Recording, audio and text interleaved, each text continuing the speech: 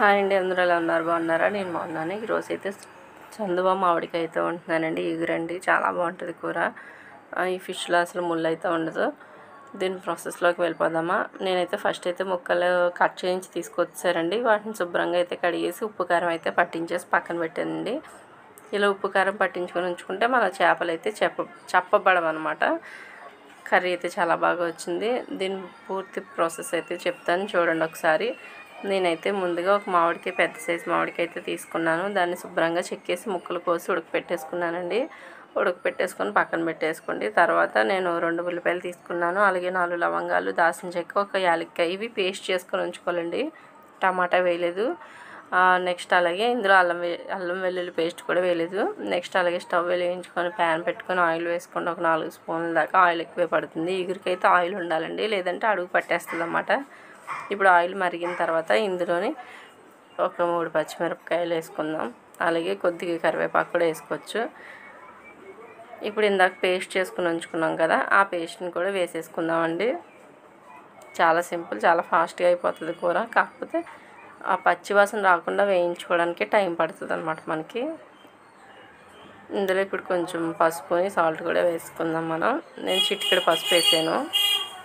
అలాగే 1 spoon salt వేసాను. Already మనం ఫిష్ ముక్కలకి ఉప్పు కారం పట్టించేసాము. తక్కువ వేసుకుంటే బెటర్. మామిడికి వేసుకుంటాం కాబట్టి లాస్ట్లో వేసుకున్నాక అడ్జస్ట్మెంట్ చేసుకోవడమే. ఇది ఒకసారి బాగా కలిపండి. బాగా వేగిపోవాలి అనమాట. ఇది మసాలా ముద్ద వాసన అన్నది రాకూడదు. నేను అల్లం వెల్లుల్లి పేస్ట్ ఎందుకు వేయలేదో ఇప్పుడు చెప్తాను, చూడండి. ఇందులో మామిడికాయ వేసుకుంటున్నాం కదా, అల్లం వెల్లుల్లి పేస్ట్ అంతగా బాగోదన్నమాట. పులుపున్న దాంట్లో ఎప్పుడు మసాలా ఉండకూడదు అనమాట. అది నా ఫీలింగ్ అనుకోండి. చూసారా, బాగా వేగిపోయింది. ఇప్పుడు ఇందులో నేనైతే అందాక 2 స్పూన్లు కారం అయితే వేస్తున్నాను. మసాలా వేగింది కదా, ఇంకొంచెం కారం వేసిన తర్వాత పచ్చివాసన పోయేదాకా వేయించుదాం కదా అని. తీరా నాకు డౌట్ అనమాట. ఇప్పుడు ఆ ఫిష్ ముక్కలు ఇందులో వేస్తే మూకుడు సరిపోదేమో అని డౌట్ వస్తుంది.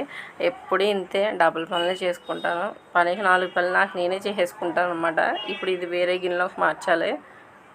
సరే చూద్దాం, అంతగా ఎక్కువైపోతే మార్చుదాం అనేసి ఇంక వదిలేసానండి. ఇది బాగా కలిపేసుకోండి. కొంచెం అడుగు పడుతుంది అనిపించుకుంటే కనుక కొంచెం నీళ్ళు చుక్కలు కూడా వేసుకొని కలుపుకోండి బాగానే. చూసారా అది ఎలా తిరిగిపోతుందో పొయ్యి మీద మూకుడి. కొంచెం నీళ్ళు వేసుకుంటే అడుగుని పట్టకుండా ఉంటుంది అన్నమాట. ఒక 2 చుక్కలు అలా వేస్తే కొంచెం కలిపారు అనుకోండి, బాగుంటుంది. ఇప్పుడైతే మసాలా ముద్ద కూడా వేగిపోయింది కదా, నేను కొంచెం నీళ్ళు ఎక్కువ వేసాను.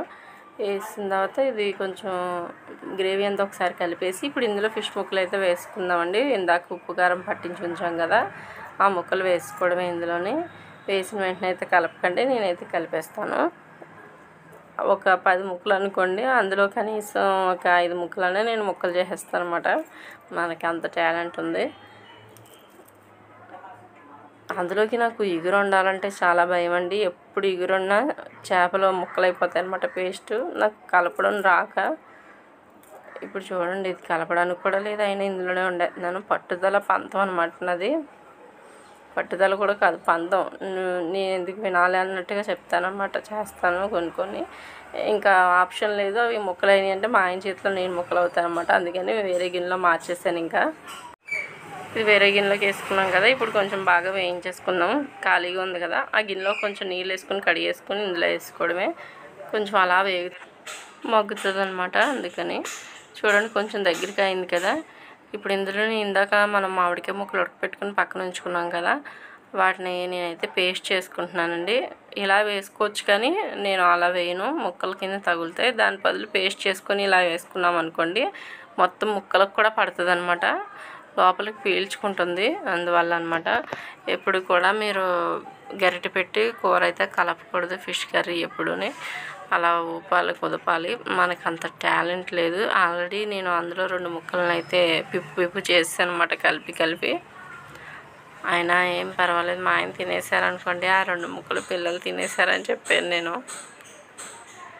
ఇలా అయితే బాగా కలిపేయండి. కలిపేసిన తర్వాత ఊపేసిన తర్వాత కాసేపు అలా మగ్గనివ్వండి. మగ్గితే ఒక 5 నిమిషాలు ఇంకా ఫైనల్లీ అయిపోయినట్టే. కొత్తిమీర వేసుకుంటే అయిపోయినట్టేనండి. ఆయిల్ కూడా పైకి తేలిపోయింది కదా, ఇంకా ఆఫ్ చేసేద్దాం దీన్ని. ఇంకా ఇది గార్నిష్ చేసేసుకోవచ్చండి గిన్నెలోకి తీసుకొని. ఇంకా అయిపోయినట్టేనండి. ఇంకా దీనికి ప్రత్యేకించి అంటే మామిడికి వేసిన తర్వాత కనీసం ఒక 10 నిమిషాలన్నా సరే వేగాలన్నమాట. ముక్కలకి పట్టాలి అంటే ఖచ్చితంగా ఒక 10 నిమిషాలన్నా పొయ్యి మీద ఉంచాలన్నమాట. ఆ మాత్రం ఇగురు ఉంటేనే మనం తింటున్న టైంకి ఏమీ అవ్వదన్నమాట. అంటే దగ్గరికి అయిపోదు, పీల్ చేసుకుంటుంది ఎలాగన్నాని. ఆ మాత్రం ఇగురు ఉండగానే స్టవ్ ఆఫ్ చేసుకుంటే బెటర్ అనమాట. ఇప్పుడు దీన్ని గిన్నెలోకి తీసేసుకుందామండి. వేడి వేడిగా ఉంటేనే బాగుంటుంది అన్నం. వేడి వేడి అన్నంలో వేసుకుని తింటే ఓ లెక్కల్లో ఉంటుందండి. మీరు ఖచ్చితంగా ఒకసారి ట్రై చేయండి. నచ్చితే కనుక లైక్ చేయండి. మరిన్ని వీడియోస్ కోసం నా ఛానల్ని సబ్స్క్రైబ్ చేసుకోండి.